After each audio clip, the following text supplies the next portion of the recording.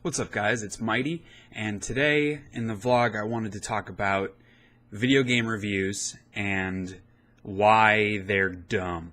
It's a large topic, so I'm going to try to keep it a little bit contained and mostly try to talk about just the idea of analytically judging art is kind of pointless. And this kind of goes into all different genres of art, whether it's paintings or sculptures or film, theater, anything like that. The same kind of things can be held true, but because this is a gaming channel and I talk about video games mainly, I want to try to keep it focused on gaming. So, what is the purpose of a review when it comes to video games? It kind of depends on who you ask. Now, a lot of the biggest outlets like IGN or Game Informer or Machinima or whatever, they look at it as a critical response to a video game. Is this video game worth your time? Now, they can't really pass a judgment on is this video game worth your money, because $15, $30, $60 means different things to different people. When I was in college, when I had money in savings and didn't have a job and wasn't really thinking about saving money, $60, like I'd go buy any game. If it looked interesting, I'd go buy it for $60. Now I'm married and working full-time and actually making money, but I have bills and am trying to save to have a kid at some point and getting health insurance because I broke my hand. I have a lot of other financial responsibilities, so $60 is a lot of money for me to just go out and spend on something that I don't know I'm going to love. So a critic, a gaming critic, can't look at a game and say, this is worth your $60, because they don't know what $60 is worth to you. But they can look at it and say, is this game worth your time? Because while some people have more time than others, especially like kids in school, have a lot more free time than someone like me working 45 hours a week plus extra stuff and all that kind of thing, they may have a lot more time, but time is a valuable resource to everyone, and while it might not mean the same to everybody, everybody wants to use that time wisely. So they can look at a game for all its positives and negatives and say, this is worth you checking out. If you want to spend money on it, if you want to wait to play it, if you want to try to get it for free at some point, whatever the financial obligation, this is worth you playing or not. And that's all fine, but the thing you have to keep in mind is these are the opinions of one person or a group of people. More often than not, one person. When IGN, who is pretty much the biggest gaming outlet, when they post a review, that game was reviewed by one person. Now, I'm sure they have some sort of editorial team who are also playing the game, and so they can shoot back ideas and, oh, I didn't really like this part, what did you think about it, and kind of come to somewhat of a consensus that way. But when, you see a review, when the Destiny review goes up, it says, Destiny review, reviewed by Vince Ingenito, who was the guy that reviewed that for IGN. That is his opinion of the game, as far as we know. There may be stuff going on behind the scenes with, an editorial producer or his boss might be saying, I think you're being a little hard on this game and maybe you should look at the positives more. There's all these rumors about people being paid off for reviews and all this kind of stuff, and how big outlets like that tend to have higher review scores because people would rather read a good review than a mediocre review.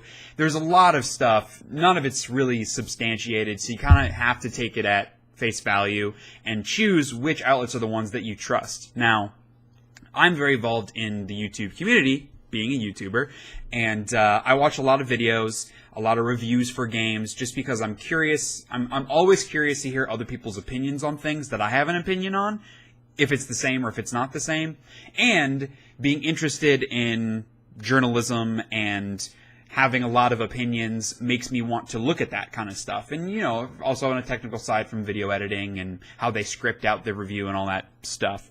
So I like to watch as much as I can, even if it's from outlets that I don't typically agree with their reviews or their opinions. So a place like Game Informer, I tend to think that their reviews are scale higher than most other outlets.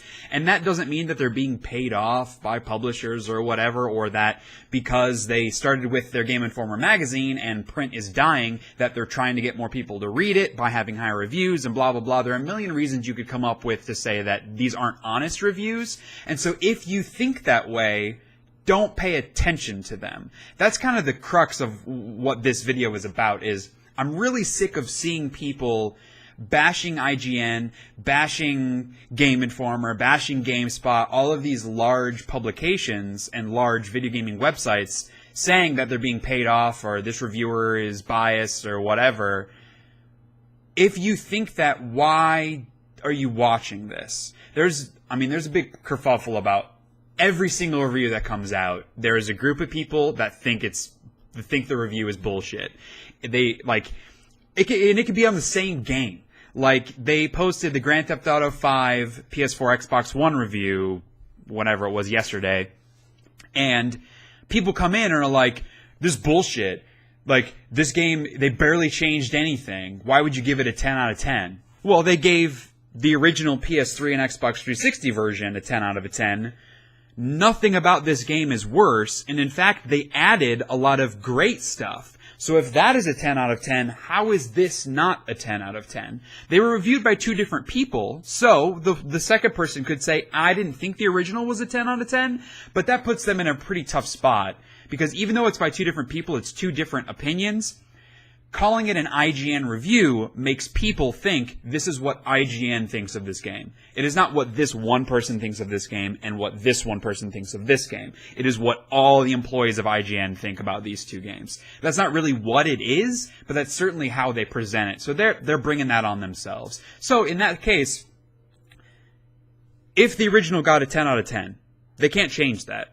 So what are they going to do? If the guy thinks that the original GTA 5 was not a 10 out of a 10, it was like a 9 out of 10, so he would want to give this new one like a 9.5, should he give it a 9.5? Because to the average viewer who doesn't give a shit about the fact that it's two different reviewers, two different opinions, they look at that and think, this new version is worse. It has a lower score, therefore it is worse than the original game. So what are they supposed to do? Like, that kind of puts them in a really tough position. And then you have things like the Pokemon Omega Sapphire Alpha Ruby, or I don't remember what the actual names of the games are, but the new Ruby and Sapphire versions. That review got posted, and it got like a fairly mediocre score. I don't even remember what it was, like a 7 something maybe, which by IGN's review standards, anything between a 7 and an 8 means it is a good game. That is what they call it. Like a 10 is a masterpiece, a 9 is like amazing, an 8 is great, and a 7 is good, and like a 6 is okay or whatever. So anything between a 7 and an 8 means it's a good game. So if they gave it, I think it was a 7.8, that means it's a pretty good game. It's almost a great game. This is the opinion of one person saying they think this game is almost a great game. That doesn't sound like a bad opinion to me, and they had some good cons about it and a lot of good pros, and people torch the review. I think it has more dislikes than likes on it, because they're like, what, you're saying this is a bad game? Because it got a 7.8? No.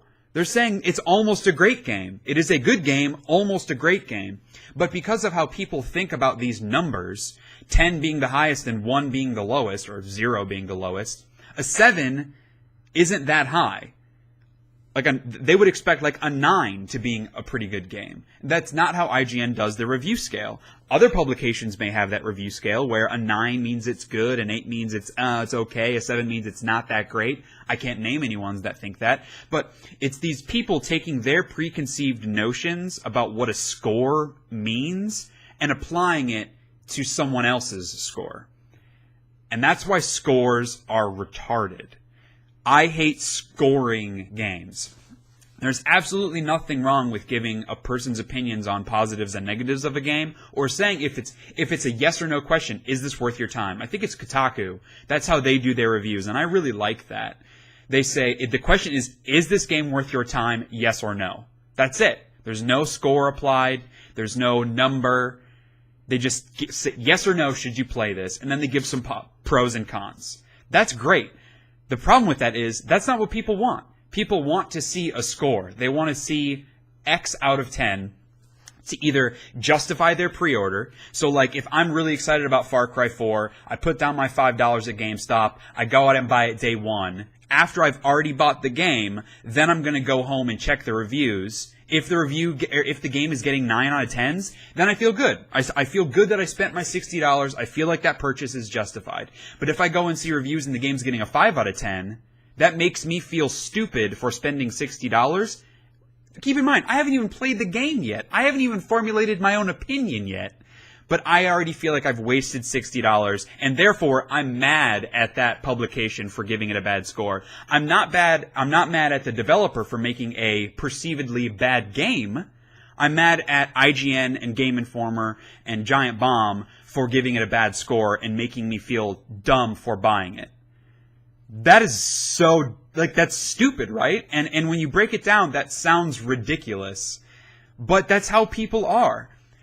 My thing is, what I do, aside from trying to get all of the media I can possibly get, regardless of if I agree with it or not, is I find specific outlets or specific reviewers who I tend to agree with, and I will, if I'm waiting to buy a game, something like The Order 1886 that is coming out.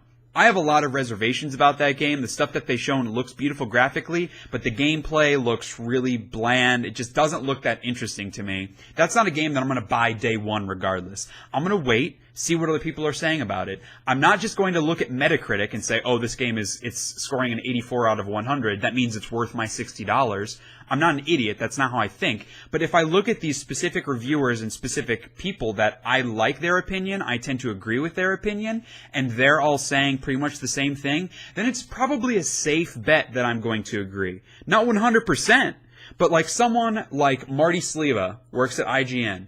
I tend to really like his opinions. I like a lot of the same games as him. I look at games a lot of the same way as him. So I don't know if he's reviewing that game. I have no idea, but I'm sure he's going to start playing it because he works in the games press, and I'm going to be paying close attention to what he thinks about the game. A place like Giant Bomb, they're a relatively small outlet. They are owned by CBS. They're a part of GameSpot, but I have followed those guys for a long time, listened to their podcast for several years, and I really like all of them. Any one of them that reviews that game, some of them I might agree with more than others, like Jeff Gerstmann, who is like I don't know if he owns it, but he's like their head person. I tend to think he tends to be harder on games than I would be. But like his opinion of The Order, if he thinks it's good, chances are pretty solid that I'm going to think it's good, because he would tend to dislike something more than I would dislike it. So it's all about take responsibility for your own opinions. And if a game looks good to you, try it. If you're on the fence, listen to some feedback and see what other people are saying about it. But don't just go to IGN and say, oh, IGN gave this game a 6 out of 10. I'm not going to play it. I thought it looked really good, but they gave it a 6 out of 10, so whatever. That is only listening to one voice amongst hundreds of voices, hundreds of paid journalistic opinions, much less going to Reddit or YouTube and all that kind of stuff where other people put up their opinions, people that are more like you and me who aren't games journalists, whatever that term means anyway. But I don't know. This has really been bugging me for a while, and so I wanted to make a video about it. I talked about it a lot longer than I kind of was planning on it, per usual. But let me know what you guys think. What is your process when you're on the fence about a game? What do? Do you go ahead and pick it up if you have that money to spare and try it out for yourself? Do you follow one publication only? Or do you try to look at a bunch of stuff and kind of look at Metacritic? I will be doing a separate video on why I think Metacritic is dumb. But if you like Metacritic, I'm not going to try to take that away from you now. I'll take that away from you in a later video. But let me know what you guys think. I could go on for this a lot more. I have a lot more thoughts on it, but I don't want this to be a half-hour video. So what are your opinions on what I had to say? Do you agree, disagree? Especially if you disagree, leave it in the comments. Let me know. I'd love to have some kind of intellectual discourse, not like, you're dumb. No, you're dumb. Because that's not how I am. Yeah, thanks guys for watching. I hope you enjoyed the video. And really let me know, like, what do you do? What do you do when it comes to reviews? I'm really curious to find out other people's opinions. So thanks guys for watching, and see you in the next video. Really quick, as a postscript to this conversation, for full disclosure's sake, obviously I have done reviews on this channel before. I like to sit and talk about games, and on my blog I do the same thing. And in those I typically allot a numbered score, and so you guys may be watching this being like, what a hypocrite. He says he hates putting scores on games, and yet that's exactly what he does. And you're right, that kind of is hypocritical, but like I do it because that's what people want. When they watch a video, they want to hear a numbered score, and I don't know, I don't feel great about doing that, but I also am in a creative field where I am somewhat obligated to give you guys what you want. That is why you're watching this, is because you're getting what you want out of it. I don't know, it's a tricky thing. Like, when I did my Interstellar review, I was really proud of the actual review, and then I gave it like an arbitrary 9 out of 10, which maybe it was more like an 8 maybe, if I had to say. Like, who knows? That's the whole point, is numbers. Putting numbers on things like that are dumb. So I'm making this choice actually right now. I'm not going to do that anymore. I'm not going to give a numbered score on things. If in the past I had done that, still take those for what it's worth. I gave Destiny a 7 out of 10, and I think that's probably about accurate to what I would say if I had to give it a score, but scores are stupid. I'm not going to score things anymore. So, yeah, there. I just discovered something right now. But, yeah, so maybe it makes me not a hypocrite if I can at least acknowledge it. But I'm going to continue talking about games and reviewing games and giving you guys pros and cons and telling you if I think a game is worth your time, because I certainly know if it's worth my time. So, again, thanks for watching, and leave me a comment. See ya.